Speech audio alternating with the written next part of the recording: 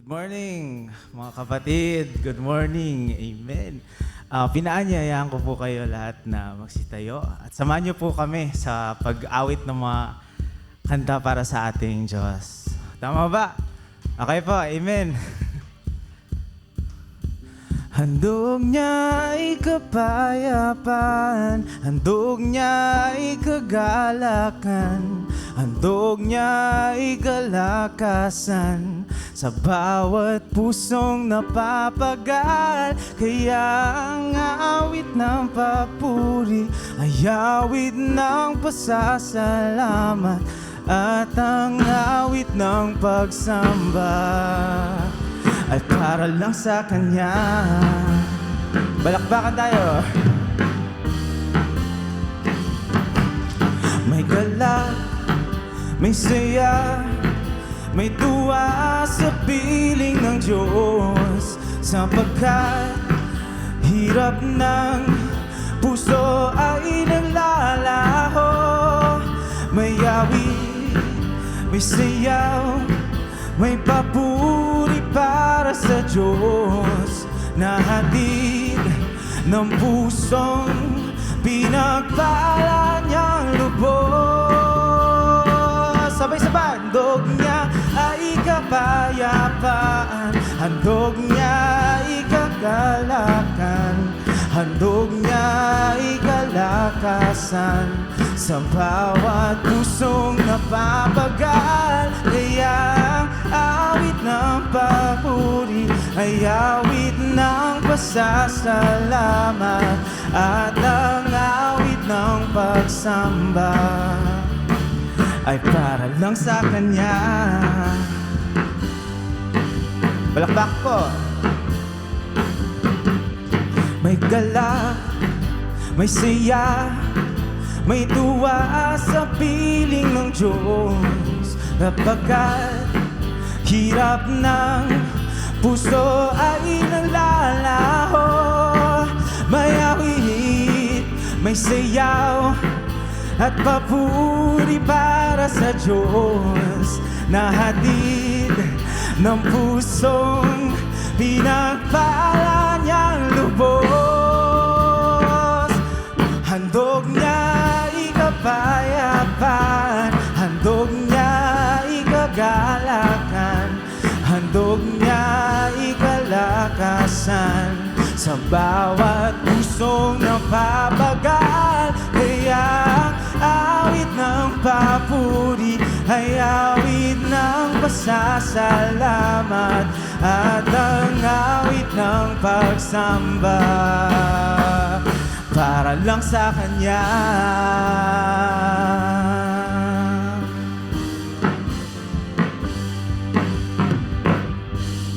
Amen. Palakpakan natin ating Diyos.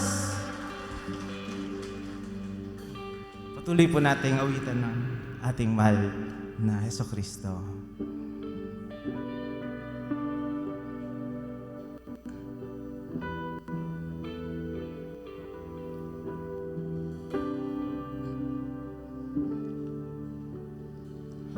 Habang hindi karapat-dapat, pagkukulan ng habang pagkas mong pagsinta, habang walang kakayanang masuklian ka ng mabuti sa lahat mong ginawa. Habang hindi karapat-dapat, habang hindi karapat-dapat, pagkukulan ng habang at wagas mong pagsinta, habang walang kakayanang masuklian ka ng mabuti sa lahat mong ginawa.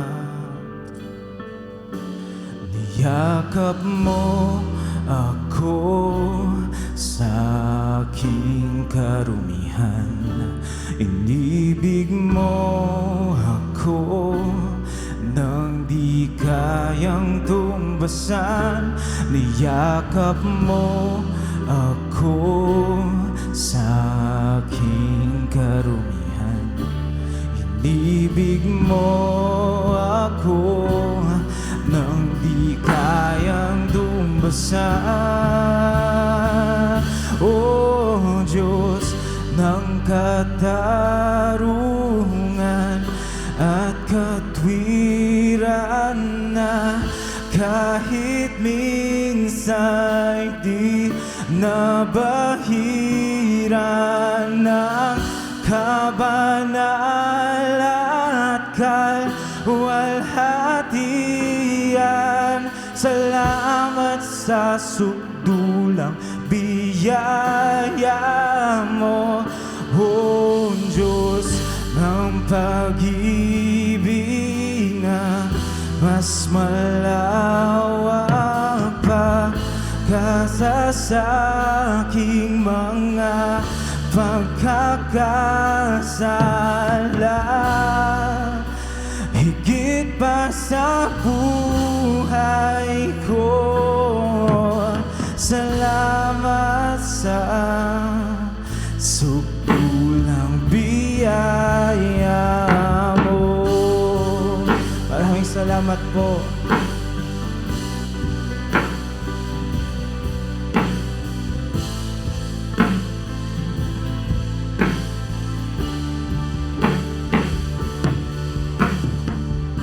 Ang walang salang manunubos, ang umako ng parusa, nararapat sa akin. Anong habag ang tulad ko'y gawad ang iyong katwiran, at ako'y patawarin. Yakap mo ako sa aking karumihan. Inibig mo ako nang di kayang tumbasan. O Diyos ng katarungan at katwiran, na kahit minsa'y di nabahiran ng kabanalan, kalwalhatian. Salamat sa sukdulang biyaya mo, O Diyos ng pag-ibig na mas malawak pa kaysa sa aking mga pagkakasala. Higit pa sa buhay ko, salamat sa sukdulang biyaya mo, O Diyos ng katarungan at katwiran, na kahit minsa'y di nabahiran ng kabanalan, kalwalhatian. Salamat sa sukdulang biyaya mo, O Diyos ng pag-ibig na mas malawak pa kaysa aking mga pagkakasala. Higit pa sa buhay ko, salamat sa sukdulang biyaya mo. Salamat sa sukdulang biyaya mo.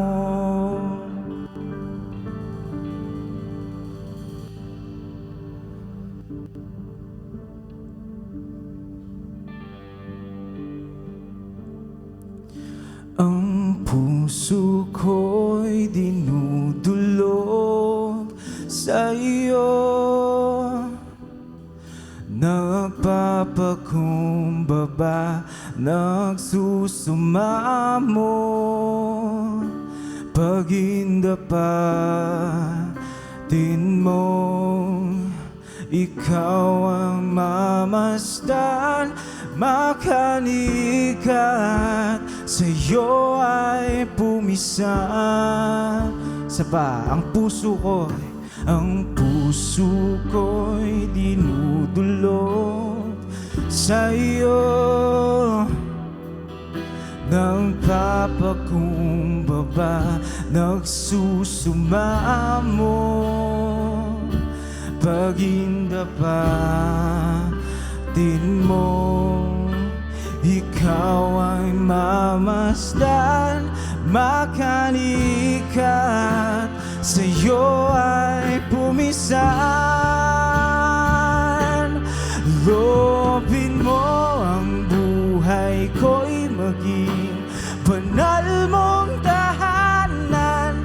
Luglugan ang iyong wagas na pagsinta. Daluyan ng walang hanggang mga papuri't pagsamba. Maghari ka, O Diyos, ngayon at kailanman. Ang puso ko'y dinudulog sa iyo. Nagpapakumbaba, nagsusumamo, pagindapatin mo. Ikaw ay mamasdan, makanikat, sa'yo ay pumisan. Loobin mo ang buhay ko'y maging banal mong tahanan. Luluyan ang iyong wagas na pagsinta. Daluyan ang walang hanggang papuri't pagsamba. Maghari ka, O Diyos, ngayon at kailanman. Loobin mo ang buhay ko'y maging banal mong tahanan. Lubukan ang iyong wagas na pagsinta. Daluyan ng walang hanggang mga papuri't pagsamba. Maghari ka, O Diyos, ngayon at kailanman. Maghari ka, O Diyos, ngayon at kailanman. Maghari ka, O Diyos, ngayon at kailanman. Panginoon, pinupuri ka po namin. Maraming salamat po, Lord.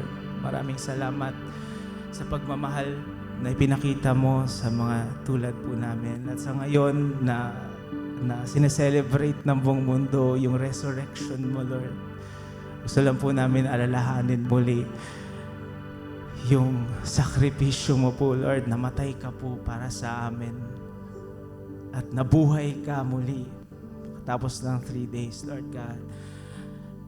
And ito po ang dahilan kung bakit kami nagpupuri at nagsasamba. Hindi lang ngayon sa Sunday na ito, pero sa lahat po, Lord, na linggo at sa lahat na araw po na buhay kami dito sa mundo, Lord. Dahil po sa ginawa mo at dahil kung sino ka. Karapat-dapat ka po na lahat ng papuri at pagsamba ng simbahang ito, ng bansang ito, at ng mundong ito, Lord. Itinataas ka po namin.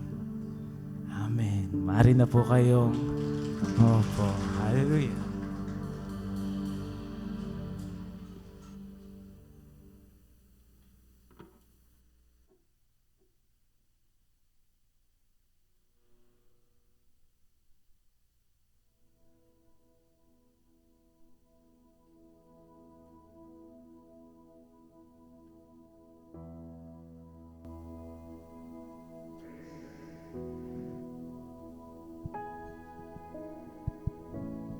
Praise God. Maraming salamat sa ating worship team. Nararapat lamang po talagang magpasalamat, magpuri, at magbunyi para sa ating mahal at dakilang Panginoong Hesukristo.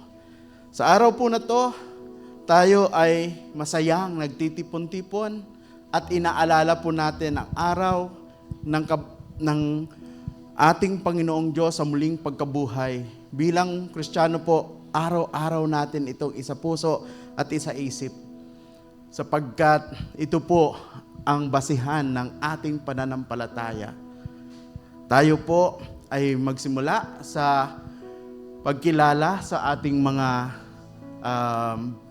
una o dalawang beses pa lamang na nakakadalo dito sa ating Tagalog service. Mayroon po ba dito sa side na to? Wala? Uy, lahat mainstay. Dito po? Wala. Dito po? Wala. Dito? Wala rin. Okay. So, lahat po tayo ay magsitayo at batiin po natin ang ating mga kapatid. Okay? Masayang ngiti sa mga labi at naway sa pag nagkita-kita po tayo sa ibang lugar, ay maalala po natin ang mukha ng ating kapatid. At tayo ay ganyan na magbatian at masayang magkamayan. Salamat na marami.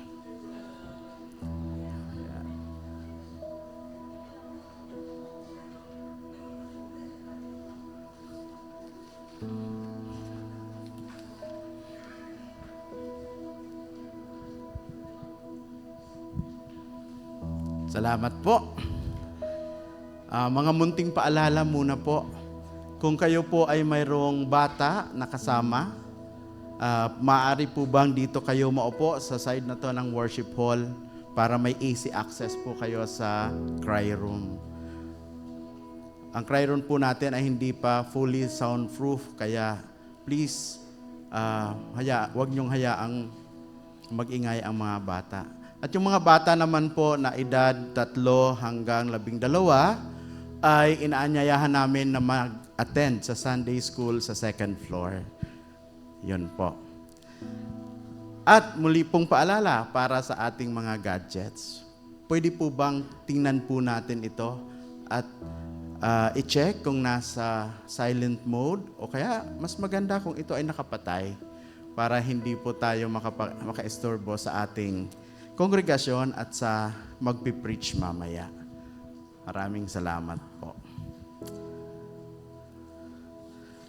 Dumako po tayo sa mga announcements.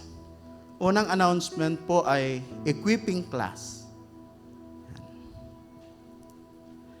Ang equipping class po ay isang aktibidad ng ating simbahan bilang bahagi ng ating pagsusumikap na maging handa para sa gawain ng Diyos. Magkakaroon po tayo ng equipping class tuwing 2nd linggo ng buwan. Matututunan po natin dito kung paano mag-aral, magtamang pag-aaral ng Biblia at paano magbahagi ng Ebanghelyo at marami pang mga estratehiya para tayo ay maging mas epektibong manggagawa para sa kaharian ng ating dakilang Diyos. Kaya samahan niyo po kami sa May 10, 2026. Okay? Mula alas 2 ng hapon hanggang alas 5 ng hapon, ito po ay bukas sa lahat. Yung pong mga group leaders at saka official ng ating simbahan ay lubos na hinihikayat na sumali at lumahok dito. In short, required po tayo. Mangyari lamang po na magrehistro sa pamamagitan ng QR code o kaya ng sign-up sheets dyan sa labas.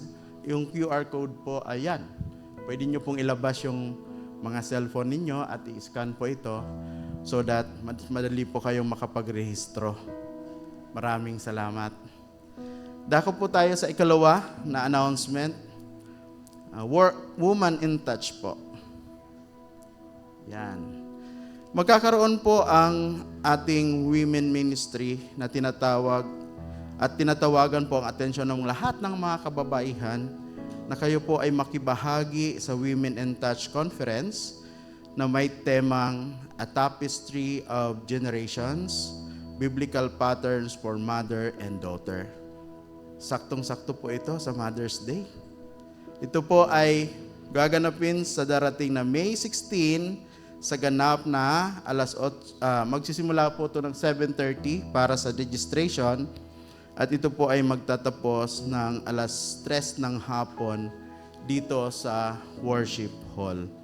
So pakimarkahan po ang inyong mga kalendaryo sa ating mga kababaihan para po ay kayo ay makasali at makiisa sa conference na to.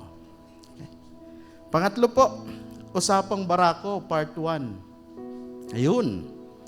Hinihikayat naman kung mayroon po para sa mga kababaihan, mayroon din po para sa mga barako, mga kalalakihan. So, inaanyayahan po at hinihikayat ang lahat ng kalalakihan na may edad 18 taong gulang hanggang kaya pang maglakad. At tayo po ay magkaroon ng Usapang Barako at ito po ay magaganap sa April 25 na. Sa isang araw ng Sabado po ito sa isang beach resort sa Pasakaw, Camarines Sur. Sa mga may asawa pong kalalakihan, ang tema po natin ay yung pagpapatuloy nung temang Sex is God's Design and Marriage. So nakulangan po kasi doon sa una. Kaya mas malalim na discussion siguro ang mangyayari.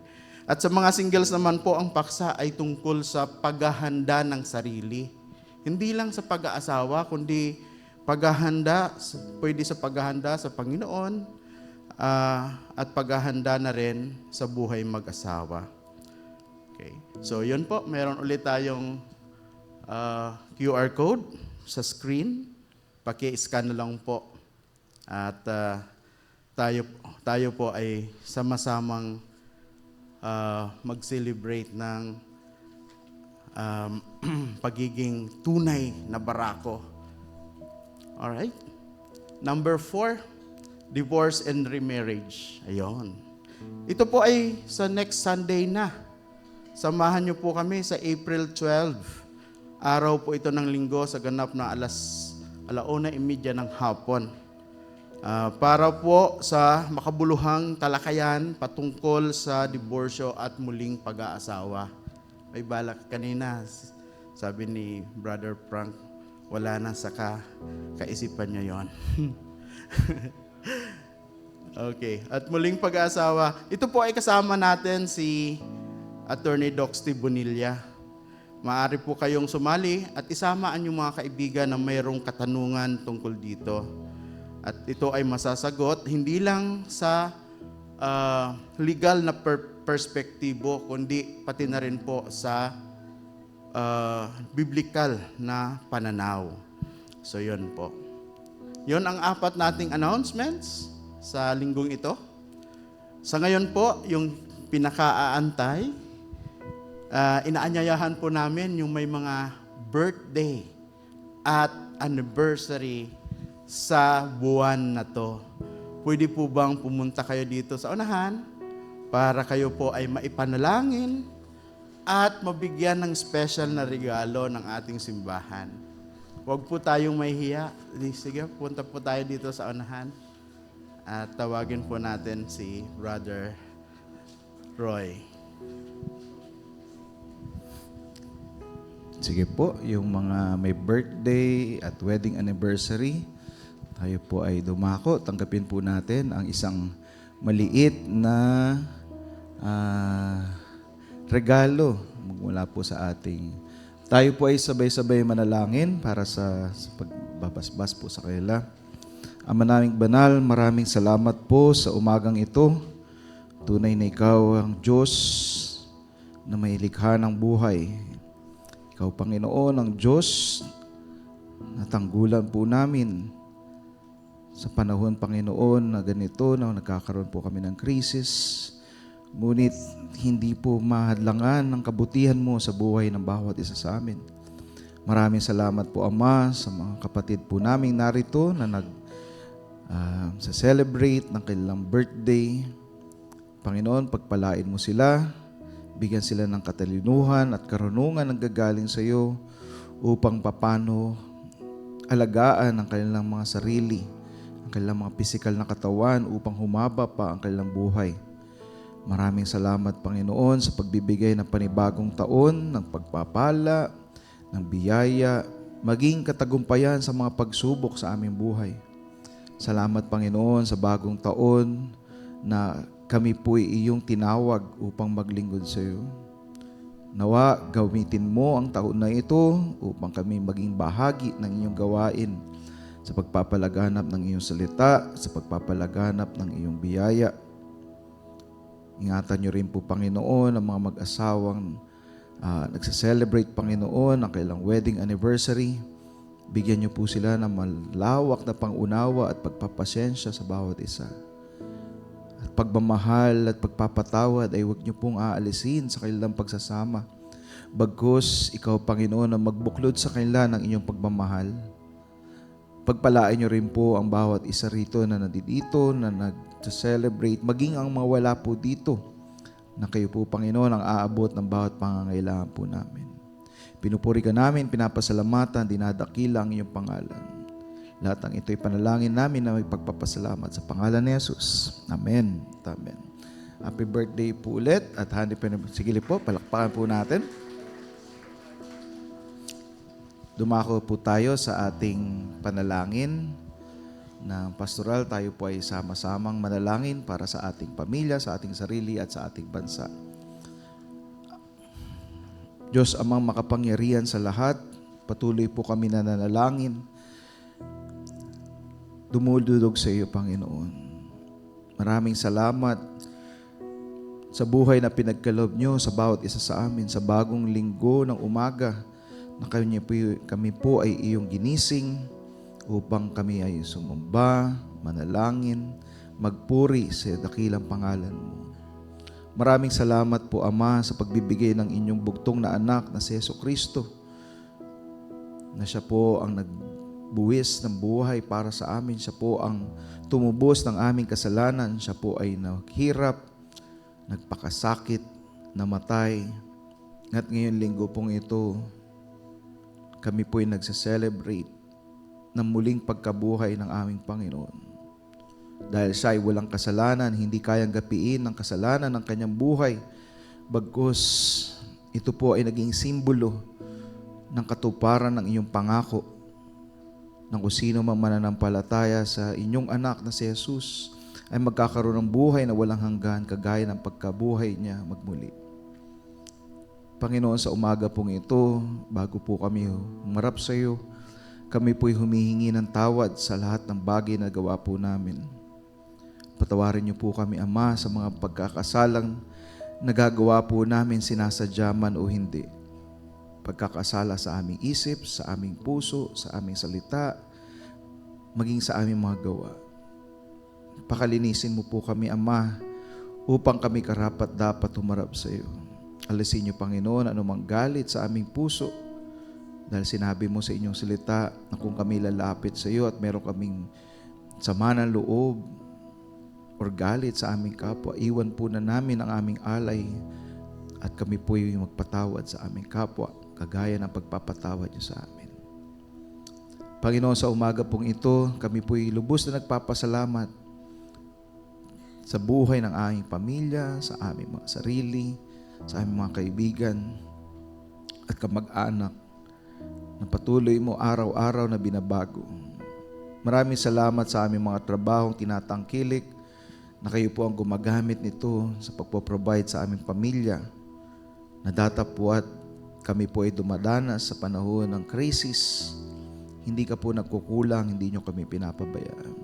Maraming salamat rin po, Ama, sa mga kapatiran po namin nagnenegosyo, na ikaw, Panginoon, ang patuloy nagbibigay ng mga kliyente na tapat na magbabayad, na patuloy na tumitangkilik sa mga produkto ng inyong mga anak. Pagpalain niyo po ang gawa ng kailang kamay.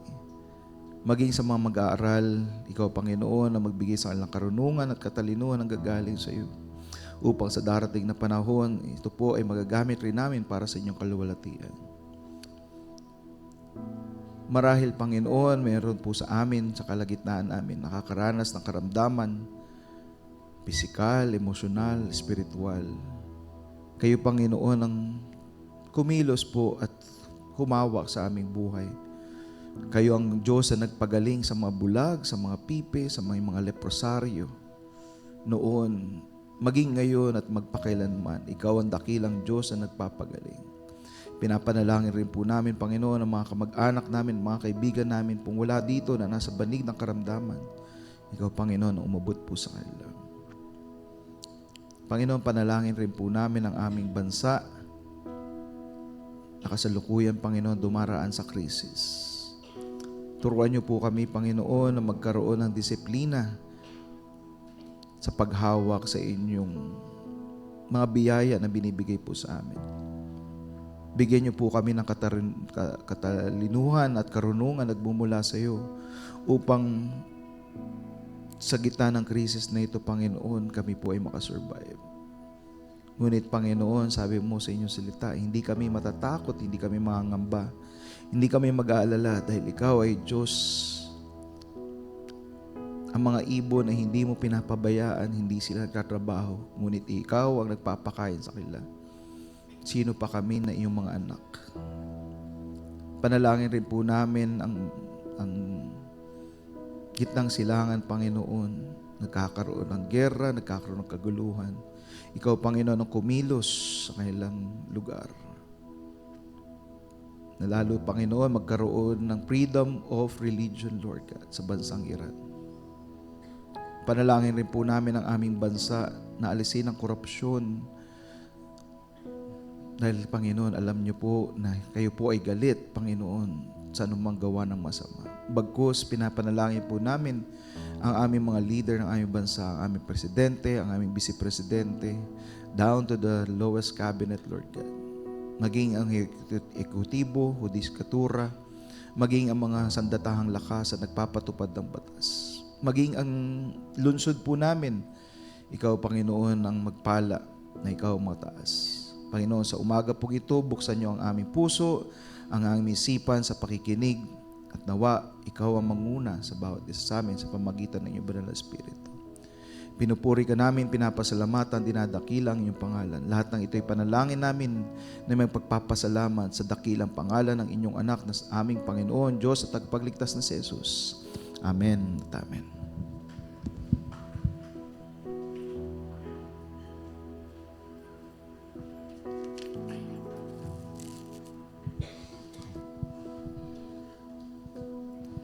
Muli pong paalala sa mga kararating lamang, kung pwede pong pa-check ang inyong mga gadgets at ito po ay pakilagay sa silent mode o kaya mas mabuti pong nakapatay ito. Maraming salamat po.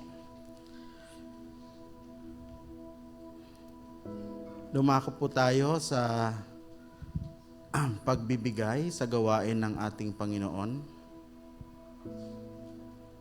Hayaan niyo muna po akong basahin sa inyo ang teksto mula sa 2 Korinto, Kabanata 9, talatang 6 hanggang 7. At ito po ang nakasulat. At ito ang ibig kong sabihin, ang nagtatanim ng kaunti ay kaunti rin ang aanihin. At ang nagtatanim ng marami ay marami rin ang aanihin. Ang bawat isa ay magbigay ayon sa ipinasya ng kanyang puso, hindi nanghihinayang o napipilitan lamang, sapagkat iniibig ng Diyos ang masayang nagbibigay. So mga kapatid, alalahanin po natin sa pagbibigay sa gawain ng Diyos, mas unahin po natin tingnan ang ating mga puso. Ito po ay paanyaya sa lahat sa atin na palalimin ang ating pananampalataya sa ating dakilang Diyos sa pamamagitan ng pagbibigay sa gawain niya. Dahil lahat po na meron tayo ay galing sa Kanya. At ang makapagbigay sa Kanyang gawain ay isang malaking pribilehiyo.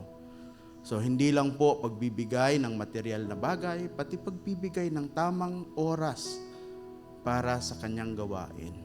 So sa pagbibigay pong ito, unahin po natin ang malinis na puso at konsensya. Salamat po. Tayo po tayo sa pag-awit ng Doxologia.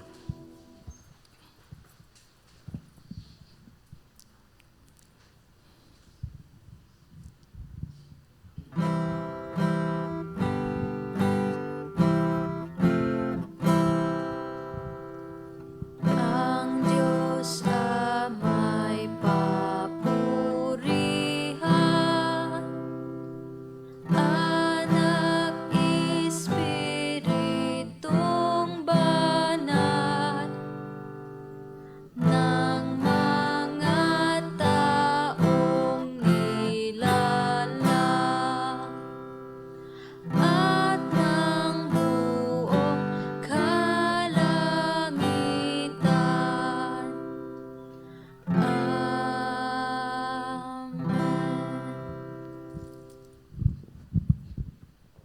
Tayo po ay manalangin. Ama naming banal sa kalangitan, kami po ay lubos na nagpapasalamat sa lahat ng biyayang binigay niyo po sa amin.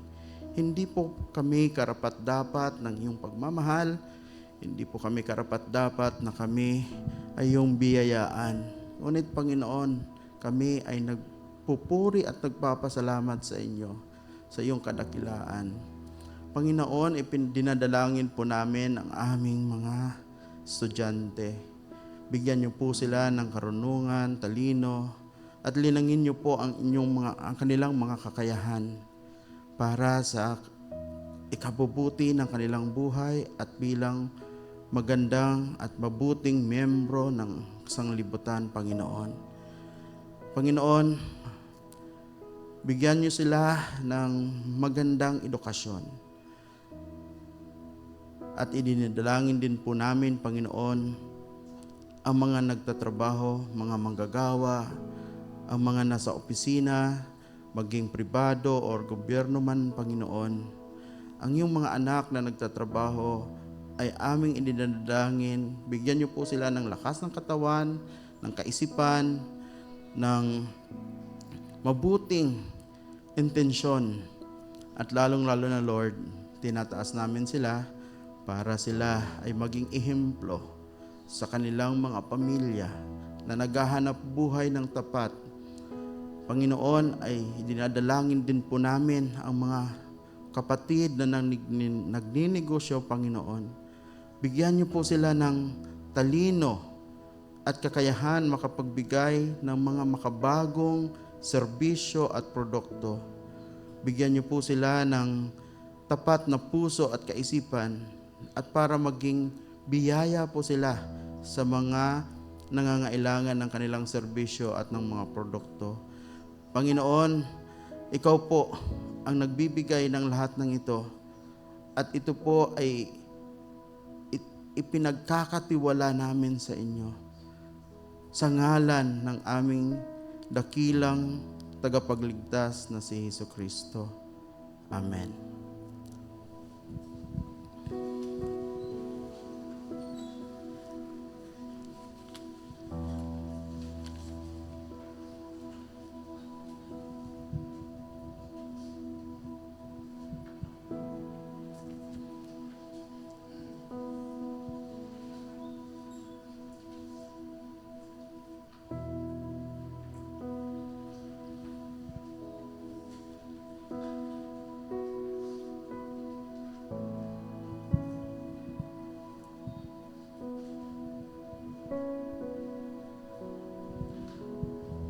Maraming salamat po.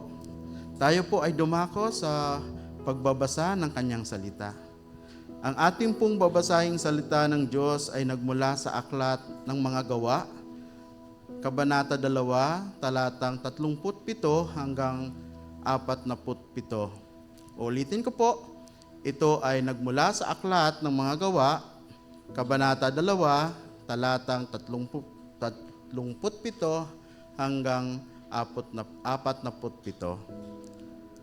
Kung kayo po ay may dalang Biblia, makipagbukas po kayo sa akin sa aklat na nabanggit at basahin po natin ito ng sabay-sabay. Tumayo po tayo bilang paggalang sa kanyang salita. Nabagabag ang kanilang kalooban nang marinig nila ang sinabi ni Pedro. Kaya't nagtanong sila kay Pedro at sa ibang mga apostol, "Mga kapatid, ano ang dapat naming gawin?" Sumagot si Pedro, "Talikuran ninyo ang inyong kasalanan at magpabautismo kayo sa pangalan ni Hesukristo upang patawarin kayo at tatanggapin ninyo ang kaloob ng banal na Espiritu. Sapagkat para sa inyo ang pangako at para sa inyong mga anak at sa lahat ng nasa malayo at sa lahat ng tatawagin ng ating Panginoong Diyos tungo sa Kanya." Marami pang sinabi si Pedro bilang patunay upang sila'y himukin. Nakiusap siya sa kanila, "Iligtas ninyo ang inyong mga sarili mula sa masamang lahing ito."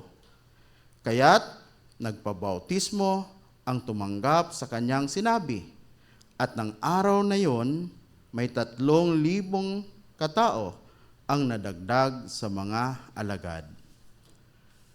Masigasig silang nanatili sa mga turo ng apostol, sa pagsasama-sama bilang magkakapatid, sa pagpuputol-putol ng tinapay at sa pananalangin. Naghari sa lahat ang takot at maraming kababalaghan at himala ang naganap sa pamamagitan ng mga apostol. At nagsama-sama ang lahat ng mga mananampalataya at ibinabahagi ang kanilang mga ari-arian para sa lahat.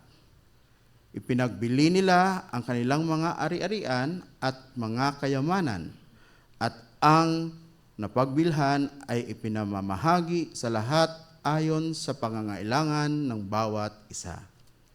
Araw-araw silang nagsasama-sama sa templo at nagpuputol-putol ng tinapay sa bahay-bahay. Ginagawa nila ang mga ito ng may galak at bukas na kalooban, habang nagpupuri sila sa Diyos at kinalulugdan ng lahat ng mga tao, ay araw-araw namang idinaragdag ng Panginoon sa kanila ang kanyang mga inililigtas. Purihin po ang Diyos sa pagbasa ng kanyang salita. Maaari na po tayong umupo.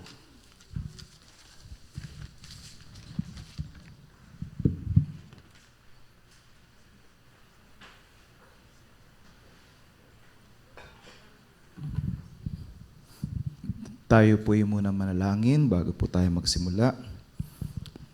Diyos Ama naming banal, maraming salamat po sa buhay po namin na pinagkaloob po ninyo.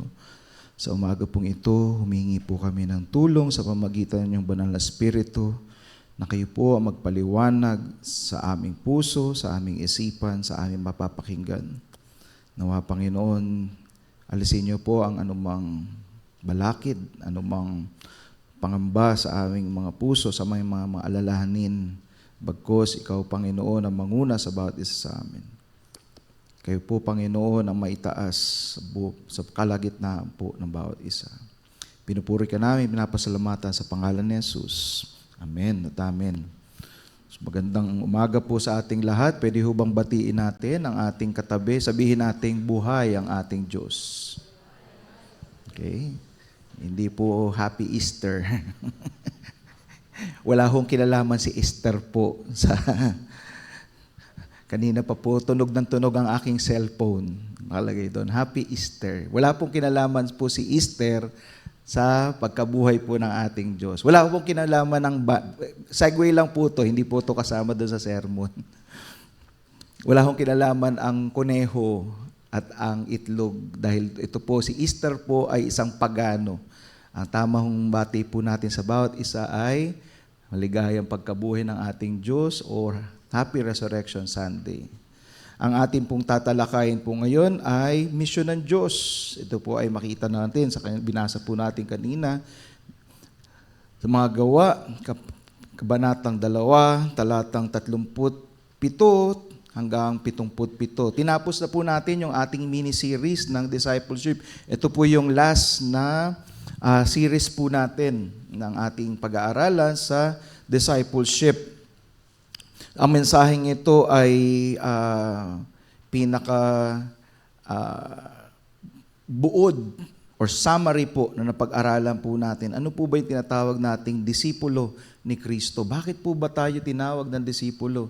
Tandaan po natin, wala pong nasulat sa banal na kasulatan simula Genesis hanggang Revelation na go and make church member. Wala po. Sabi pong ganyan, go and make disciple. Lahat po tayo ay tinatawag at inuutusan ng ating Panginoon na tayo po ay maging disipulo po niya o tagasunod niya. Inutusan ni Kristo ang kanyang mga alagad na gumawa ng mga alagad mula sa lahat ng bansa. Ang kanilang tapang at tiwala ay nakasalalay sa kanyang otoridad at pangako ng kanyang espiritu hanggang sa katapusan. Kung makakatatandaan po natin, last week ito po yung pinag-aralan natin na ang mga alagad po, yung 12 ay tinawag ni Jesucristo upang maging estudyante niya or maging mentee niya. Okay? Yun po yung word pong alagad po doon is katulad po ng isang estudyante. Sumunod po sila, nakipamuhay po sila, nag-obserba po sila, at lumakad po sila ng ayon sa lakad at buhay ni Kristo. Kaya kung matatandaan po natin, ito pong binasa po natin, ito po ay Acts na po, Acts of the Apostle, or sometimes they call it Acts of the Holy Spirit. Ito po ay tapos na pong umakyat po sa langit ang ating Panginoon. Ito po, ang nangangaral po dito, ang nagsasalita po dito ay si Pedro. Natatandaan po natin, si Pedro, bago po ipako ang ating Panginoon, tinanggi niya ho ng 3 beses. Hindi ko kilala yan. Okay, 3 beses at tumilao kang manok. Pero narito po, pagkatapos makita ni Pedro, ni Simon Pedro, ang ating Panginoon na muling na buhay at binigyan po sila ng kalakasan at kapangyarihan ng banal na Espiritu, hindi na po si Pedro ang ordinaryong Pedro. Bagkus, isa na po siyang matapang. Tandaan niyo po, ang kausap po ni Pedro, yung context po na binasa ho natin, kausap na po ni Pedro yung mga pumatay sa ating Panginoon. Just imagine that, gaano katapang si Pedro na. Diretso niya na sinabi, no? Na kayo ang nagpapako sa ating Panginoon. At itong verse 37 hanggang 47, ito po ay pahayag na po na kung saan sila po ay nagsisi. Sa ating mga pag-aaral, naunawaan natin na isang disciple ay isang tagasunod at malinaw na pinapakita ni Kristo kung ano ang inaasahan niya sa kanyang mga alagad. Ang isang disciple ay dapat magmahal sa Kanya, sa ating Panginoon. Nagmamahal sa ating Panginoon. Ibig sabihin yun na pag-aralan po natin, mas mahal po natin ang ating Panginoon kaysa ating asawa, sa ating anak, sa ating mga trabaho, sa ating mga karir.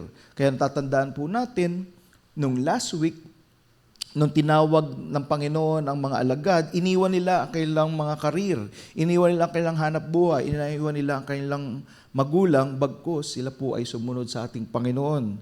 Ang isang disciple po ay dapat magmahal sa kanyang sarili, sa kanya, nang higit sa kanyang sarili.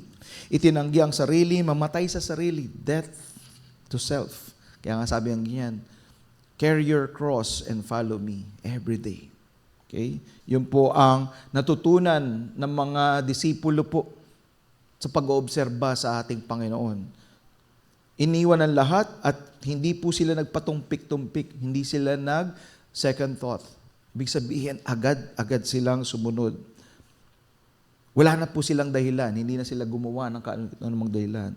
Sa paggawa ng mga alagad, tinawag sila ng Panginoon at agad nilang iniwan ang kailang mga ginagawa upang sumunod sa Kanya. Pumili siya ng 12 makasama niya upang maisugo niya sila sa pangangaral. Tandaan po natin, yung 12 po, yung 12 apostle, ito po yung inner circle. Okay? Para maunawaan po natin, especially sa pag-aaral po natin. Ngunit, marami pa pong disipulo ang ating Panginoon na sumusunod po sa Kanya. Okay? So, ibig sabihin, hindi lang po yung 12, marami pa po, kagaya nila Mary, nila Martha, okay? At yung mga iba pa pong pinagaling na hindi po binanggit dito. Pero yung 12 po, sila po yung inner circle. Sila yung araw-araw nakakasama ng Panginoon. Sila yung tinatawag nilang mentee or mga estudyante ng isang rabbi. So dumako po tayo sa unang punto ng ating pag-aaralan, Diyos ng misyon. Ang unang punto po ay magsisi at magpabautismo. Basahin po natin, Gawa, Kabanatang 2, talatang 37 hanggang 41. Nabagabag ang kailang kalooban nang marinig nila na sinabi ni Pedro. Kaya't nagtanong sila kay Pedro at sa ibang mga apostol, "Mga kapatid, ano ang dapat naming gawin?" Sumagot si Pedro, "Talikuran ninyo ang inyong kasalanan at magbabautismo kayo sa pangalan ni Hesukristo upang patawarin kayo at tatanggapin ninyo ang kaloob ng banal na Espiritu. Sapagkat para sa inyo ang pangako at para sa inyong mga anak at sa lahat ng nasa malayo at sa lahat ng tatawagin ng ating Panginoon tungo sa Kanya." Marami pang sinabi si Pedro bilang patunay upang sila'y himukin. Nakiusap sila sa kanya, "Iligtas ninyo ang inyong sarili mula sa masamang lahing ito." Kaya't nagpabautismo at tumanggap sa kanyang sinabi, at ang araw na yun may 3,000 katao ang nadagdag sa mga lagad. Praise God, no? Nag-preach na si Pedro na isang napaka-tapang na mensahe na magsisi kayo sa inyong mga kasalanan. Tandaan niyo po, ang kausap po dito ni Pedro ay mga tao mismong nagpapako sa krus sa ating Panginoon. Ito yung kinakatakutan ni Pedro kung bakit niya tinanggi ng 3 beses. Ngunit ito po, itong mga taong to ay nagsisi sila nung narinig nila. Sabi ang sa English, they are being pierced in heart. Halos saksakin yung kailang puso nung narinig nila ang mensahe ni Simon Pedro. Nagtanong ang mga tao kung anong dapat nilang gawin. Sumagot si Pedro na dapat silang magsisi, magpabautismo sa pangalan ni Jesus para sa kapatawaran ng kasalanan. Binanggit din ni Pedro ang banal na Espiritu na pangako na siyang pangako sa lahat ng tinawag ng Diyos. So, isa-isahin po natin, himayin po natin. Ano po yun nangyari? Ano ba yung sitwasyon dito? Nabagabag ang puso ng mga tao. Ibig sabihin, when we hear the Word of God, yan po ang nangungusap sa atin at nagiging conviction po natin sa ating mga kasalanan. Okay? Kaya tandaan po natin, ang isang example daw po, or isang matunay na patunay na ang tao ay isang disipulo ni Kristo, hindi na po siya komportable sa kasalanan. Amen po ba? Okay? Ang taong lumalakad kay Kristo, hindi na po siya ordinaryong tao, kundi tuwing nagkakasala siya po ay nakoconvict. Siya po ay nababagabag. Kaya minsan tinatanong nila, ano ang dapat naming gawin? Sa atin ganun din po.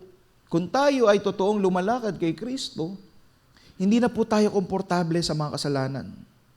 Tuwing nagbabasa po tayo ng Biblia at nakikita natin ang salita ng Diyos at binabahagi yung kasalanang reflection po natin, hindi na po tayo komportable.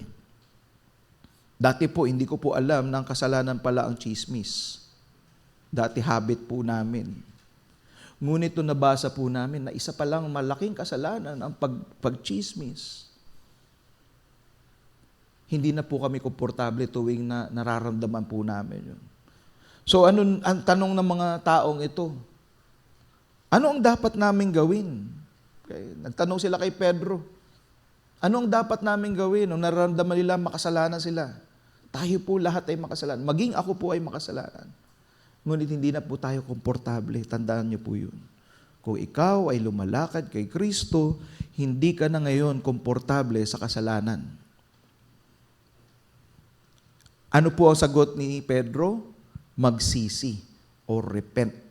Yung salitang magsisi o repent sa salitang Grego, pwede nyo pong isulat sa inyong mga papel kung meron po kayo. Ang tawag po ng salitang yon ay metanoia. Metanoia. Okay? Doon po nanggaling ang salitang change of mindset. Pagbabago ng isip. Hindi po ibig sabihin na magsisi na umiyak. Okay? Hindi po. Kasi ang pag-iyak, marahil ay hindi po ito lubos ang pagsisisi. Marahil umiyak ka dahil nahuli ka. Tama? Pero hindi nagbago ang isip mo. Okay? Hindi ibig sabihin, marahil, siguro may mga tao, pag nagsisi, talagang umiyak, kagaya ko po, mababaw ang luha ko. Pero ang mindset po ng nagsisisi ay nagbabago na ang kanyang isip. Kung dati kang magnanakaw at ang iniisip mo tuwing na po-provide lang pangangailangan mo is magnakaw, at nakilala mo ang ating Panginoon, at nalaman mo na siya pala ang nagpo-provide ng bawat pangangailangan, nagbabago ang isip mo. Hindi ko pa kailangan magnakaw. Hindi ko pala kailangan magnaya. Dahil binago ng Diyos ang isip mo na, si Kristo pala ang pinanggagalingan ng aking pangangailangan. Nagbabago ang isip. Kung dati po, ikaw po ay sanay na mga lunya, mambabae. Feeling mo, gwapo ka, pagka nang bababae ka, dami mong babae. Hindi ka nako-convict. Now, nung nabasa mo ang salita ng Diyos na mahalin mo ang iyong asawa gaya ng pagmamahal ni Kristo, tinatalikuran mo na po yun. Ano po ibig sabihin nito? Kailangan po nating aminin ang ating kasalanan. Pakisulat na ulit. Aminin ang ating kasalanan. Ibig sabihin po noon, sa salitang Grego rin po, ito po ay plead guilty. Natatandaan nyo po sa mga husgado, no? Kapag inuusgahan, yung iba, not plead guilty, tinatanggi. Pero ito po, ang sinasabi dito is plead guilty. Inaamin ang kasalanan. Hindi po sisisihin nyo pa yung kabila. Ikaw kasi kaya ako nagkasala, kasalanan mo rin kasi. Hindi po. Ibig sabihin yun, you plead guilty, nagsisi po kayo. Tinatalikuran ng maling buhay at nagbabago ng direksyon. Ang pagsisisi ay pagbabago mismo ng puso. Puso mismo ang nagbabago. Okay? Kung tayo po ay sanay magsinungaling, tuwing nagsisinungaling kayo, may pumipito sa puso nyo. Yun po yung banal na espiritu. Yun po yung isang At ano po nangyari po doon? Nagpabautismo po sila. Sila po ay nagpabautismo. Ano pong ibig sabihin po nito? Sila po ay sumunod kay Kristo. Kaya marahil yung iba po sa atin na hindi pa po nakapagpapabautismo, pwede po tayo mag-inquire mamaya sa baba, sa ating opisina, yung tinatawag nating baptism class. Ang bautismo po ay hindi po ito ritual. Okay? Ito po ay pagpapakita ng pagsunod kay Kristo. Ipapakita dito sa iba ang bagong buhay. Ito ay simbolo ng pagkamatay sa ating sarili. Okay? Kaya po kayo nagpapabautismo, tandaan po natin, ang papabautismo, hindi po yan ang salvation. Okay? Hindi pa nabautismo si baby. Di ba? Yung sa atin, dati ganun. Hindi po. Ang pagpabautismo po natin ay dapat may lubusan kang isip at ikaw ay nagsisi at nais mo sumunod kay Kristo at nais mong ipakita sa publiko na ikaw ay tagasunod ni Kristo. Kaya po nagpapabautismo. Ito po ay physical evidence po na ikaw ay tagasunod ni Kristo. Maliwanag po ba yun? Ibig sabihin, itong mga taong to nagsisi sila po ay nagpabautismo. Ano ang pangako ng Diyos? Sabi niya, kapag ginawa ito, napapatawad ang kasalanan natin. Nung nagsisit sila, sabi niya sa banal na salita, if we repent in our sin, He is faithful to forgive us. Kung tayo daw po ay magsisisi sa ating kasalanan, araw-araw po. Araw-araw ang pagsisisi. Kasi araw-araw po tayo nagiging manumi. Araw-araw po tayo nagkakasala. That's the reason why bago po tayo nagsisimula, tayo po ay humingi ng tawad. At kagandahan po nito, sila po ay natatanggap po nila ang banal na espiritu. Natanggap po nila ang banal na espiritu at ito po yung naging selyo ng kanilang pagsunod sa ating Panginoon. At ang pangako nito ay para sa lahat ng tinawag ng Diyos. Ngunit nagbabala si Pedro, iligtas ninyo ang inyong sarili mula sa masamang lahing ito. Hindi po ibig sabihin kayo ang nagliligtas sa sarili. Tandaan niyo po yun. Hindi po sinasabi dito na tayo ang nagliligtas sa sarili. Wala tayong kakayanan na iligtas ang ating sarili. Ang ibig sabihin lang po nito, iwan natin ang ating makasalanang buhay. Kasi ang mundong ito ay makasalanan. Ang sistemang ito ay makasalanan. Kaya sabi dito, iwan natin ang dating makasalanang buhay or pamumuhay. Talikuran po natin yung ating masamang pag-iisip. At pumili ng bagong buhay para kay Kristo. Ibig sabihin, kung dati ang iniisip mo ay pagnanakaw o pandadaya o panggagancho, tatalikuran mo yun. Magtitiwala ka na yung kay Kristo na siya ang magpo-provide ng bawat pangailangan mo. Kung dati nakikiapid ka dahil ang feeling mo yun na nag-feed ng iyong pagmamahal, tatalikuran mo yun. Dahil alam mo na si Jesus ang nagbabago sa buhay natin. Ano po yung naging resulta? Matapos sila magsisi, matapos sila magpabautismo. Nadagdagan po sila ng 3,000 katao. Just imagine kung pagkakasyahin natin dito, hindi kasya sa building na to ng 3,000. Maraming tumanggap, okay? Maraming nagbago, ibig sabihin, maraming nagsisi sa kasalanan nila. Maraming tinanggap si Kristo bilang Panginoon at tagapagligtas. Maraming nagbago. Tandaan po natin ito, ang Diyos ang nagdadagdag sa atin. Hindi kayo ang nagbabago sa tao. Kaya huwag po kayo mapoprostrate ha, mga nanay, mga tatay. Tagal-tagal niya naman magsisi, hindi pa siya Christian. Tagal-tagal ko na pinapanalangin siya. Tandaan niyo po, hindi po kayo ang nagbabago. Dahil kahit ako po, hindi ko kayang baguhin ng isang tao. Wala po tayong authority, wala po tayong kakayanan. Hindi natin kayang ipako sa krus. Ang tamang nagbabago lang sa atin ay ang Diyos. Amen po ba? Ang Diyos lang ang kaya magdagdag sa kanila. Kaya dinagdagan sila ng 3,000 katao. Isang preaching lang ho ni Pedro ho yun. 3,000 agad ang nadagdag sa kanila. Ang tunay na tugon sa Ebanghelyo, ano daw po? Magsisi. Okay? That's the reason why yun ang ating pong sinishare or pinipreach sa ating community. Paano daw ho mas liligtas? First is repent and then be baptized. Okay? Ang magsisisi at magpabautismo ay hindi lang sa salita. Ito ay pag-iwan sa lumang buhay at pagsunod kay Kristo. Sabi ko ganyan, may tatlong dahilan po or may tatlong kapamaraanan para malaman natin kung tayo ay sumusunod kay Kristo. Okay. Number 1, pwede nyo siguro isulat. Okay. Number 1, hindi ka na komportable sa kasalanan. Okay? Hindi na ako komportable sa kasalanan kung ako ay sumusunod kay Kristo. Number 2, okay? Number 2, ibig sabihin, kailangan alamin ko na si Kristo ang aking Diyos at Panginoon. Hindi lang siya basta tagapagligtas. Yung iba kasi, Lord, ikaw ang aking Savior, pero hindi ikaw ang aking Panginoon. Sa paanong paraan po? Siya dapat po ang Diyos ng lahat ng aspeto ng buhay po natin. Siya ang Diyos ng ating pera, siya ang Diyos ng ating pag-aasawa, siya ang Diyos ng ating buhay. Kung sinasabi ng ating Panginoon na tayo po ay magbasa ng Kanyang salita, dahil faith comes from hearing and hearing the Word of God, dapat tayo po ay sumusunod sa Kanya. And third, paano po natin malalaman kung tayo po ay sumusunod kay Kristo?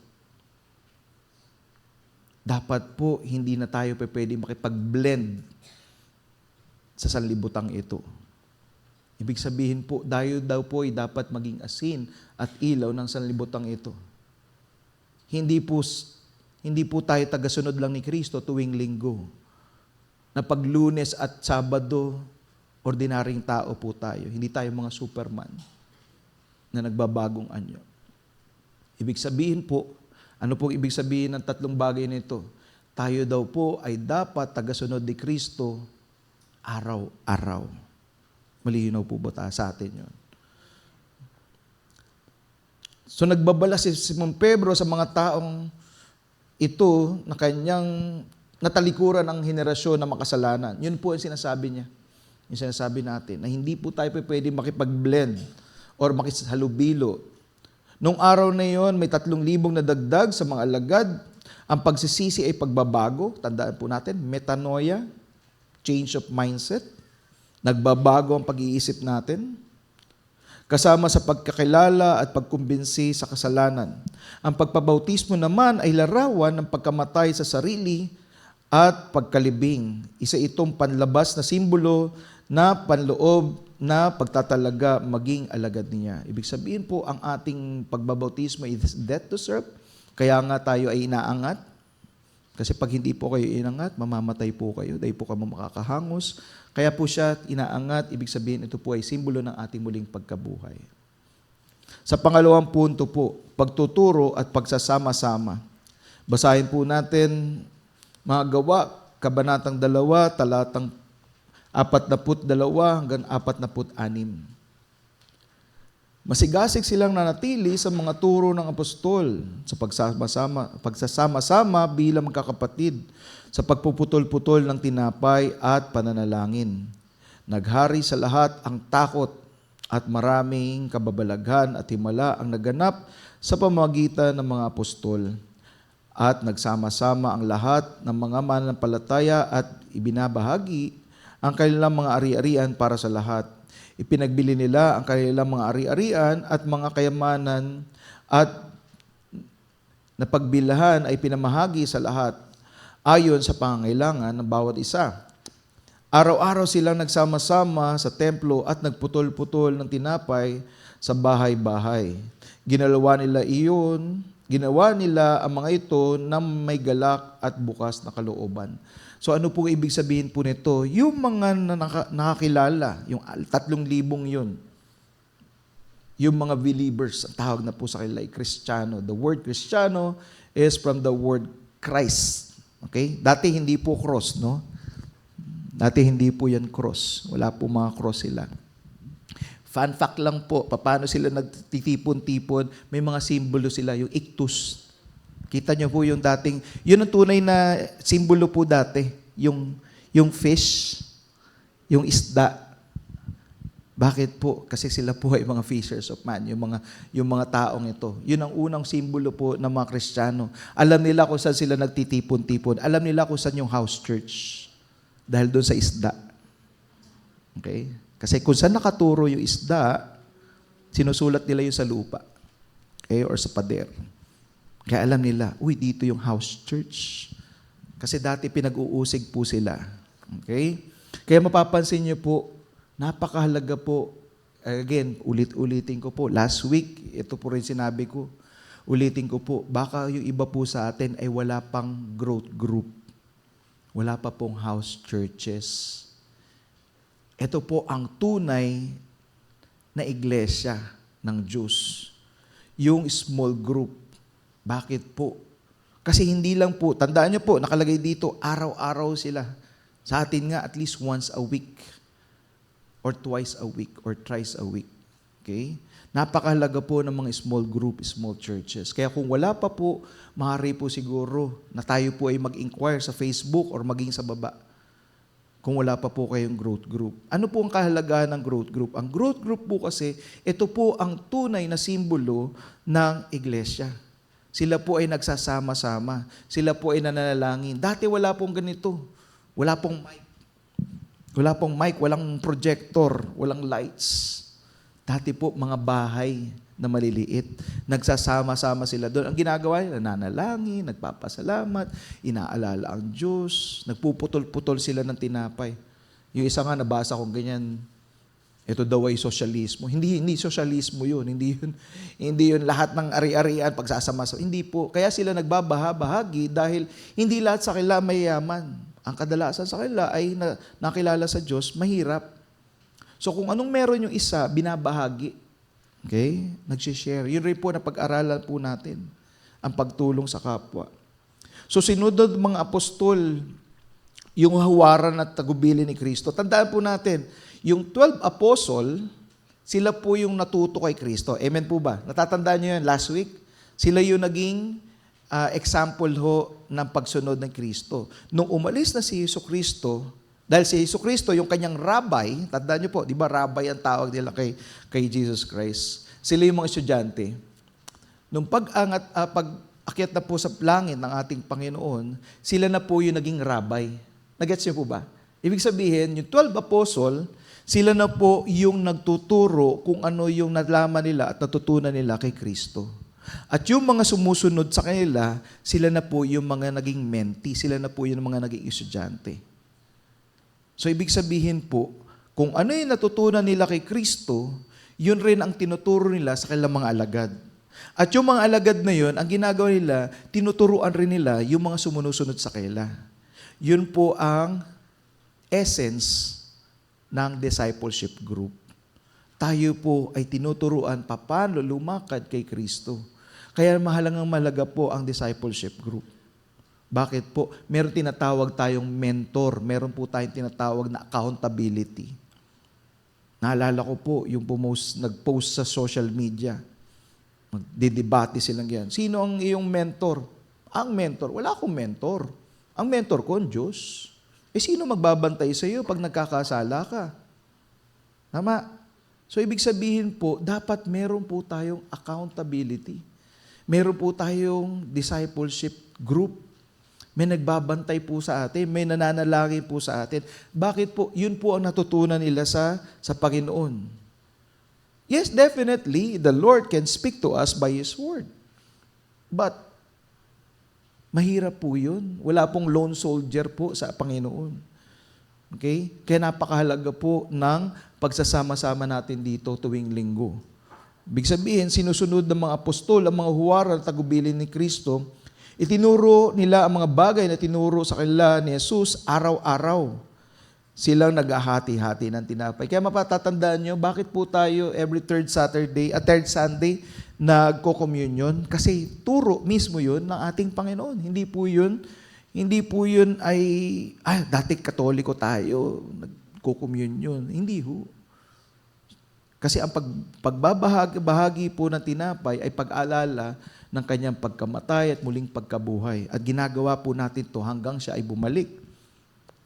Nagtutulungan ang mga alagad sa isa't isa, kapwa, sa espiritual at material na pangangailangan. Ipinamalas din ng Panginoon sa mga tanda ang kababalaghan sa gitna nila. Alam niyo po, nakakatuwa, nung time nila Peter, kasi natandaan niyo po, sila Peter po, yung 12, nag-oobserba po sila nung nagpapagaling si Jesus. Tama ho ba? No? Pero nakita niyo po, pag binasa niyo yung Book of Acts, anino lang ni Pedro, ganun katindi yung pananampalataya ni Pedro, hindi na kailangan hawakan. Dadaan lang si Pedro, yung anino niya, yung isang sulat nga doon, yung cloak, yung tela. So ano pong ginawa ng mga alagad? Pagkatapos nilang sumampalataya, hindi sila nag-iisa. Sila po ay nagsasama-sama. Sila po ay nagkakaroon ng gathering. Sila po ay merong community. Kaya ang tawag po sa atin ay ecclesia. Ecclesia po ang tawag sa atin. Yun ang salitang Grego. Ang ibig sabihin po nun, hiniwalay ng Diyos. Separated or chosen one. Ito po, kayo po yun. Hindi po tong building na ito. Kayo po ang iglesia ng Diyos. Tayo po ang mga taong tinawag niya. At ginawa nila ang 4 na bagay. Natatandaan po natin. Review lang po ito nung last week. Ano po yung ini-observe natin? Yung turo ng apostol or the apostles' teaching. Pagsasama-sama o yung fellowship. Yung pangalawa, pagbabahabahagi ng tinapay o ito yung communion natin. And yung fourth na pinaka-importante po sa ating mga Kristiyano, yung pananalangin. No? Yesterday po, nagkaroon po ng dawn prayer. So hinahakayat rin po ng bawat isa na magkaroon ng time ng pananalangin sa bawat isa. So yung pagtuturo po, no, nananatili sila sa turo ng apostol. Tinuturo ng mga apostol. Kaya mapapansin nyo sila Mark, di ba? Sila Mark, sila Luke, sila po ay hindi kasama sa ano. Tama, hindi po sila kasama doon sa 12, pero sila po ay naging disciple po. Sila po ay nag-observe, sila po ay natili sa turo. At patuloy silang natuto. Everyday. Everyday. Kaya mapapansin nyo, pag nagbasa kayo ng Biblia, yung epistle, Okay, Epistle to Corinthians, to Ephesians, lahat po yun ay turo ng mga apostol. Yung turo na natutunan nila doon, natutunan nila ito kay Kristo. Kaya tinuturo nila. Ito pong ginagawa ng ito, ay ito po ay turo rin ng apostol. Kaya ito po ay sinishare ho natin. Kaya napakaingat po natin na hindi tayo nagtuturo, even ako po, even po yung lahat ng tumatayo po dito, hindi po namin tinuturo yung head knowledge. Ang authority lang po na tinuturo natin ay salita ng Diyos. Hindi ko po experience. Dahil kung experience ko po, naku, wala po akong experience. Wala po akong authority. Hindi po ako qualified. Pero sa biyaya at awa ng Diyos, tayo po ay natututo. Amen po ba? So yun po ang kahalagahan. Kung ako po sa inyo, mag-alam po natin, alamin po natin kung sino po ang may schedule ng discipleship group. Lalo po tayong lalago. Ang tunay na mga alagad ay natuto sa salita ng Diyos. Sila po ay nagsama-sama. Okay? Kaya muli po, I encourage, especially po yung inaabot ng mensaheng ito sa online. No? Tayo po ay magsama-sama dito. Observe. Natatandaan niyo po ba kung ano yung araw ng Sabat sa mga Hudyo? Anong araw po ang araw ng Sabat sa Hudyo? Sabado. Tama ho ba? Pero bakit ito mga tuwing linggo sila nagkakaroon ng pagsasama-sama? Ito po yung pag-alala ng muling pagkabuhay. Every Sunday, inaalala nila, first day, kasi ang Sunday po sa kanila is first day of the week. Unang araw po yun. Kumbaga Monday para sa kanila yun. Dati kasi ang unang araw is Monday. Sa kanila, ang unang araw is Sunday. Pero bakit ang mga mga Judaism na to, itong mga Hudyong ito, na dati naniniwala sa Sabado, tuwing linggo na po sila, inaalala po nila yung Resurrection Day.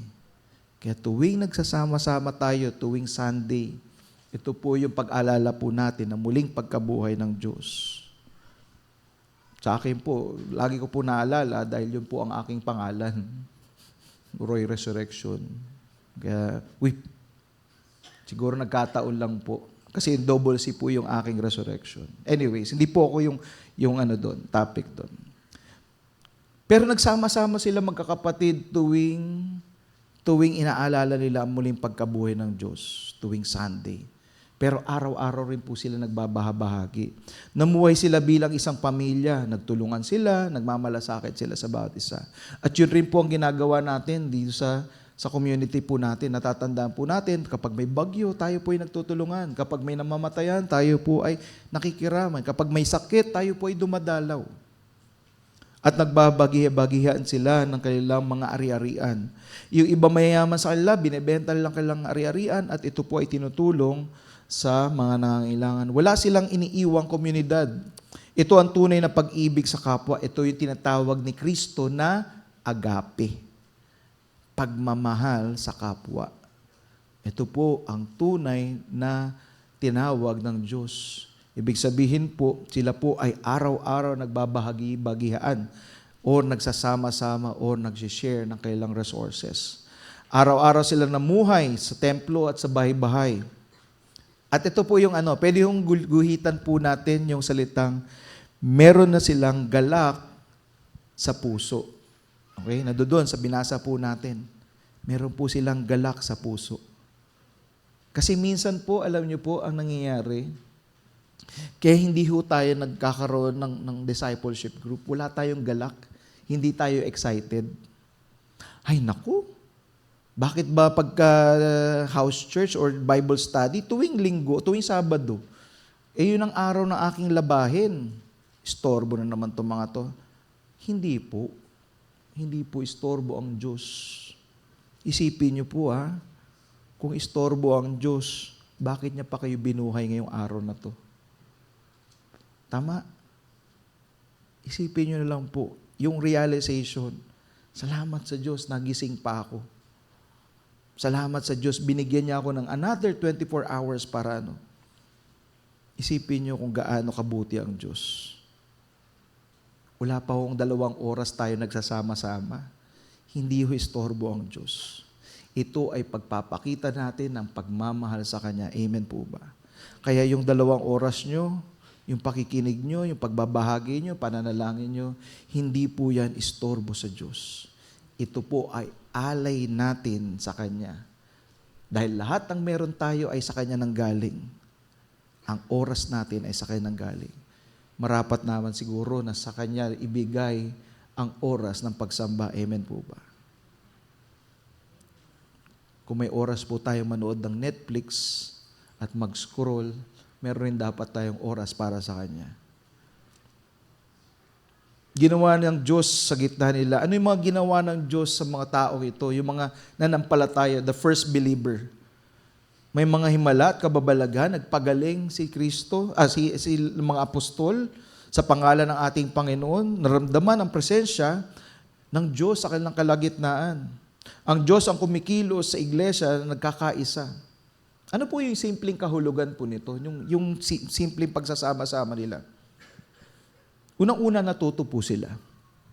Natuto sila. Natuto sila sa lahat ng utos ng Diyos. Kaya mapapansin nyo, tuwing nagbabasa tayo ng Biblia, para na po tayo nakikinig sa ating Panginoon. Bakit? Ito po yung mensahe ng ating Panginoon sa apostol na narinig rin po nila sa ating Panginoon. Nakisama sila sa kapwa, nagbabahabahagi sila at namuhay na may kagalakan. Ano po yung buod po natin? Ano yung pinaka-essence po nung number 2 natin? Ang iglesyang lumalago ay ang iglesyang nag-aaral, nagkakaisa, at nagmamalasakit sa isa't isa. Ulitin ko po, kung nais po nating lumago sa Diyos, dapat tayo po ay nag-aaral. Hindi lang po tuwing Sunday. Okay? Hindi lang po tuwing Sunday. Araw-araw po nag-aaral tayo. Nagkakaisa. Ibig sabihin, fellowship. Kaya may tinatawag na fellowship. At nagmamalasakit. Nagtalaga si Jesus ng 12 upang makasama niya sila at pagkatapos ay may sugo sila upang mangaral. Sa ganitong paraan, narinig ang ebanghelyo ng dapat manatiling kasama ng mga apostol upang sila'y matuto at magkaroon ng pagsama-sama. So praise God sa buhay ng 12 ito. Alam niyo po, kung pag nakita niyo yung buhay, kung ano nangyari doon sa 12. No? Tatandaan niyo si Apostle, yung doubter, si Thomas. Tatandaan niyo si Thomas? Si Thomas na lagi nagdududa sa ating Panginoon. Thomas the doubter, ang tawag nga. Sabi ang ganyan, pag nakita ko ang kamay ng aking Panginoon, saka lang ako maniniwala. Alam niyo, after makita history lang po, no? After makita ni Thomas, ang ating Panginoon, yung butas na tagiliran, butas na kamay, nagbago ang pananampalataya niya. Alam niyo pa paano namatay si Thomas? Namatay si Thomas sa India. Tinusok. Ginawang barbecue. At marami pa po. Si Peter. Ano pong ginawa si Peter? Si Peter na takot mamatay. Tama? Kaya niya pinagkanulo, takot siya mamatay. Ano nangyari kay Peter? Wala na siyang pakialam sa buhay. Bakit po? Nakita na ng Diyos. Nakita niya si Jesus. Kung ako mamamatay, muli ako mabubuhay. Bali, wala pala tong buhay na to. Sabi ni Peter. Sa history, hindi po nakalagay sa Bible, pero sa historian, si Peter po ay pinako ng pabaliktad. Kasi sabi niya ganyan, hindi ako karapat-dapat na ipako kagaya ng aking Panginoon. At marami pa po, basahin po natin ang Biblia, paano po sila. Si John lang ho namatay ng katandaan. Actually, si John, pinarosari si John. Si John, binuhusan na kumukulong mantika, pero hindi siya namatay. Namatay sa katandaan si John. Bakit ko sinasabi po ito? Anong pakinabang po natin kung susunod tayo kay Kristo? Bakit ko po sinasabi ito? Minsan mahalaga sa atin buhay, tama? Inaalagaan natin, binibihisan natin, pinapakain natin. Masyado mahalaga sa atin ang buhay na to. Ngunit ang buhay na ito ay pansamantala lang. Ang pinakamahalaga yung buhay natin pag-alakyat natin sa langit. Huwag po tayo masyadong nakatutok sa mundong ito. Dahil ang mundong ito ay pansamantala lamang. We need to invest in heavenly things. Ang oras natin, kung i-invest natin sa Diyos, babalik yan ng Diyos. Ang ating mga pag-aari, yun po ang turo ng ating Panginoon. Bakit ko po sinasabi? Darating po ang araw, ako po ay mamamatay. Sabi ko nga, Nakakatawa ngayon eh. Tuwing may lamay, ako yung iniimbitahan magsalita. Bakit? Dahil ba resurrection ang pangalan ko? Hindi ho. Nagkataon lang. Pero bakit po? Tandaan po natin, tayo po ay muling mabubuhay kasama niya. Tayo po ay muling mabubuhay kasama niya. Ngayon, ang tanong ko po sa inyo, yung paglakad niyo po ba ay nagre-reflect ng buhay ni Kristo o ang buhay na makasalanan? At sa huling pagkakataon at sa huling punto, ang Panginoon ang nagdadagdag. Basahin po natin, Gawa chapter 47. Habang nagpupuri sila sa Diyos at kinalulugdan ng lahat ng mga tao, ay araw-araw namang dinaragdag ng Panginoon sa kanila ang kanyang mga nililigtas. Ang bagong pamayanan ni Kristo ay nagpatuloy sa turo ng apostol, paghahati-hati ng tinapay, panalangin, at pagbabasbasan sa bawat isa. Ang pagpupuri sa Diyos, kinulugdan ng mga tao, at ang Panginoon ay nagdadagdag sa kanila. Tandaan po natin, ang Diyos ang nagdadagdag, hindi po tayo. So, nanatili sila sa lahat ng teaching. Ito po, everyday po. Alam niyo ang topic nila? Alam niyo po ang topic ng mga nagdi-disciple? The resurrection. Bakit ko po nasabi yun? Wala pong ibang relihiyon sa buong mundo na nagtuturo ng muling pagkabuhay. At mismong nagturo ay muling nabuhay. Tandaan po natin, si Muhammad na nagtuturo ng Muslim, hanggang ngayon nandoon ang libingan ni Muhammad. Si Muhammad, patay pa rin. Si Confucius, patay pa rin. Nasa China, nandoon libingan, pwede nyo dalawin. Hinduism, puntahan nyo po yung mga kanilang Pero subukan nyo po pumunta sa Jerusalem. Alamin niyo po kung nasan po yung libingan ng ating Panginoon. Wala ho doon ang ating Panginoon. Bakit po? Siya po ay muling nabuhay. Siya po ay muling nabuhay. Kaya everyday, yun ang paalala sa atin. Na bakit ako susunod sa Diyos? Kasi siya ay muling nabuhay. Ano ibig sabihin siya? Bakit napakalaga? Bakit siya yung foundation po ng faith po natin? Dahil kung hindi ho nagbuhay ang Panginoong Yesus, baliwala itong sermon na to. Baliwala. Baliwala yung pananampalataya ho natin. Pero dahil siya ay nabuhay, alam niyo po ibig sabihin lang nun? Siya ay promise keeper. Amen po ba? Siya po ay tumutupad sa lahat ng pangakong ipinangako niya. Kung sinabi niya ng lahat ng mananampalataya sa akin, ay hindi mapapahamak, kundi magkakaroon ng buhay namang walang hanggan. Totoo yung sinasabi niya. Sasabihin ng iba, ikaw ba Brad, nakita mo si Kristo na nabuhay? Sige nga, pakita mo nga sa akin yung picture. Sige nga, pakita mo nga sa akin yung ebidensya. Palagay niyo ho ba, yung 12 yun, magpapakamatay sila para sa kasalanan, kasinungalingan? Palagay niyo po, yung mga 12 ho ba yun, magpapahati sa gitna para sa kasinungalingan? Parang nakita ko sa isang reels, no? Ano yun, nag-conspiracy sila?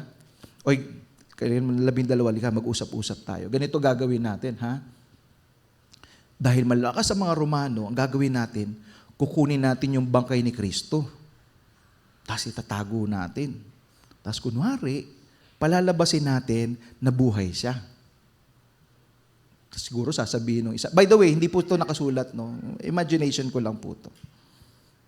Sasabihin siguro ng isang apostol, anong pakinabang natin sa pagsisinungaling na to? Ito maganda. Wala. Wala tayong papakinabangan. Hindi tayo magiging sikat. Hindi tayo yaman.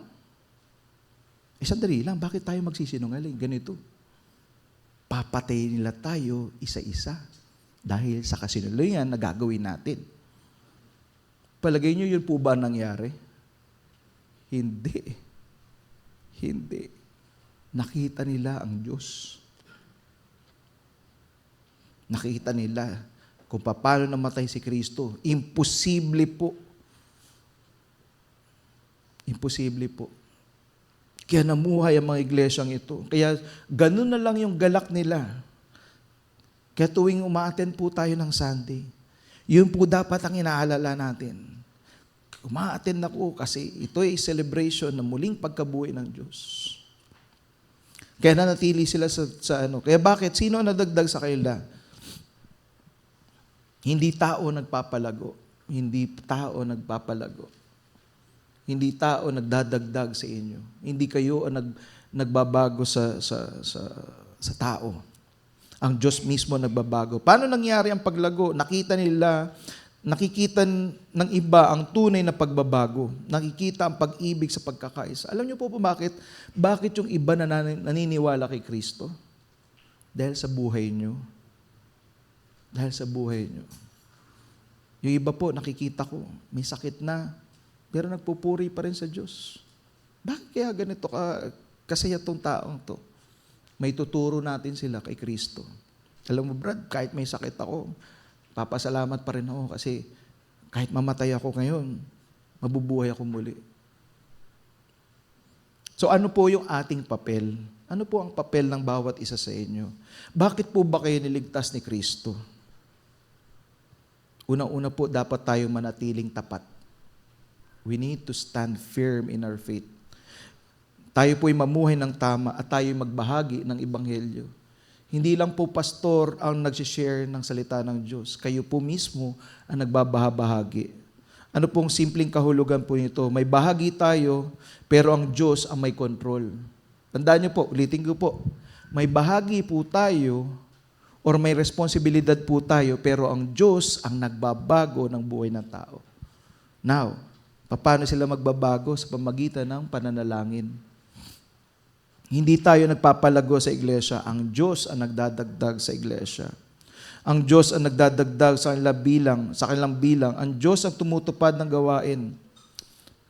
Gayunman, sa kanilang biyaya, pinahintulutan niya ang kanyang alagad na maging kabahagi ng kanyang dakilang plano hanggang sa wakas. Ito po, sa ating pong pagwawakas.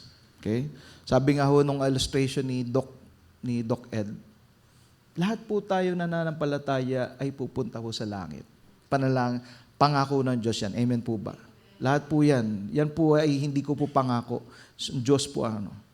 Ibig sabihin, lahat po tayo ay gagraduate. Pero sa langit po, pag binasa niyo po ang Biblia, may reward system po dun. Ano po yun? Lahat po ng pinanalangin nyo, ito po ay magiging reward po ninyo. Kaya mapapansin nyo, bakit sa trono may 12 na throne? Sila po yung apostle. Kumbaga sa ticket sa Araneta, gusto niyo ba nasa general patronage kayo? Yung halos maliit lang yung ano. Mas gusto ko nasa VIP. Amen po ba?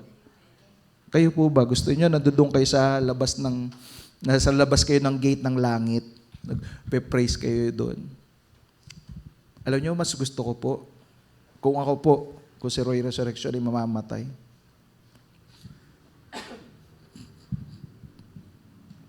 Mas gusto ko po na doon ako sa VIP. In what way? Pananalangin po natin sa mga kasama po natin, sa mga mahal mo na natin sa buhay na hindi pa po nananampalataya. Tuloy-tuloy lang ang pananalangin. Second po, yung pagbabahagi ng salita ng Diyos. Hindi po kailangan kayo po yung maging pastor. Kailangan po yung buhay niyo po ang isang malaking patotoo na kayo po ay mananampalataya, na kayo po ay disipulo ni Kristo. Ito po ang challenge po sa atin sa bawat isa. Nag-disciple na ho ba ako? Mamaya po, tanong niyo po bago po kayo matulog. Yung anak ko po ba ay dinisciple ko na? Yung aking kaklase ay dinisciple ko na? Yung aking katrabaho ay pinanalaki ko na po ba? Ito po sa ating pagsasabuhay.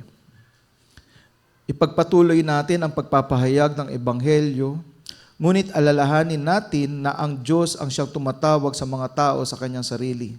Ang kaligtasan ng tao ay layunin ng Diyos. Magtiwala tayo sa kanyang kalooban at pamamaraan. Ang papel natin, ano po yung responsibility natin? Ang papel natin ay ipahayag ang dalisay na Ebanghelyo, ang mabuting balita. at tawagin ang mga tao magsisi at maging alagad niya. Yun po ang kailangan natin. Yun po ang responsibility natin. Repent and be baptized and be disciple of Christ. Sa pangalawa pong pagsasabuhay po natin, kung paano tinuro ng mga apostol sa kanyang salita, gayon din dapat nating gawin ang mga ito. Kung ano yung tinuro sa mga apostol, yun rin po at ginagawa po natin. Bukod dito, dapat nating patuloy na isabuhay. Tandaan niyo po, ang disipulo ay patuloy na lumalakad kay Kristo. Tayo din po.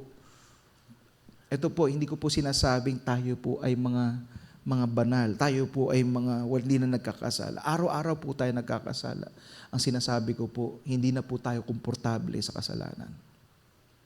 Kaya bukod dito, dapat po nating isinasabuhay ang pagsasama-sama, ang alalahanin natin ang kamatayan at muling pagkabuhay ng Diyos. Higit rito, suportahan natin ang isa't isa bilang pamayanan ng kay Kristo. At sa pangatlo po, ang Panginoon ang magdadagdag sa mga naliligtas, hindi po tayo. Purihin natin siya sa kanyang kahangahangang gawa. Alalahanin natin na matutupad ang misyon ng Diyos. Tandaan natin ang paglilingkod sa kapwa at pananagutan at pribilehiyo. Ano po ibig sabihin po sa atin, sa bawat isa po sa atin noon? Diyos po ang may misyon. Tayo po ay mga alagad. Tayo po ay tinawag to make disciples of all nations. Not church-goer, not church member, but disciple. At sa ating pong pagwawakas, nais ko pong ibahagi sa inyo ang tulang sinulat po ng ating senior pastor na pinamagatang Diyos ng Misyon. Ano ang gagawin? Tanong ng madla. Magsisit magpabautismo, wika niya. Nabunyag ng Ebanghelyo ang hiyat sala. Kay Kristo may tawad, sabi pa niya. Doon sila'y buong pusong nanahan sa turot samahan ng mga apostol. Ang anumang taglay ay handang paghati-hatian upang maibsan ang hirap at dagok. Kapangyarihan niya ay hayag sa gitna, kaya't nagpuri sila't nanalangin. Ang mga kaluluwang hinugasan na, hindi hinahatulan, kundi tinatanggap din. Buhay na muling pagkabuhay ang sigla. Ipinagdiwang nila ng buong galak. Ang Panginoon ang nagdadagdag sa kanila. Si Kristo sa misyon ay hindi kukupas. Siya ang Panginoon ng dakilang gawain. Tayo ay magpatuloy sa utos ng Panginoon. Paluguin niya ang kanyang tinatanim. Patuloy mangunguna ang Diyos ng misyon. Palakpakan po natin ang ating Panginoon. Tayo po'y tumayo at tayo po'y manalangin.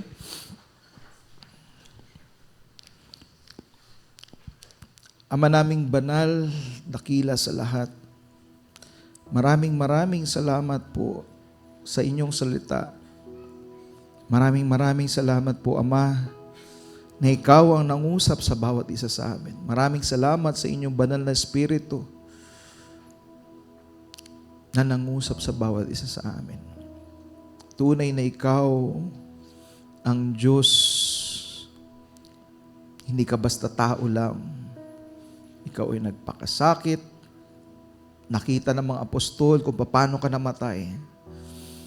At pagkatapos ng 3 araw, tinupad mo ang iyong pangako na ikaw ay muling mabubuhay. Kaya kami muling nagpapasalamat, pinupuri at pinasasamba ka namin. Dahil sa pagkabuhay mong ito'y pangako mo sa amin na sino mang mananampalataya at magsisisi ng aming kasalanan, kami magiging kagaya mo, muling mabubuhay kasama mo. Ikaw, Panginoon, ang Diyos ng muling pagkabuhay.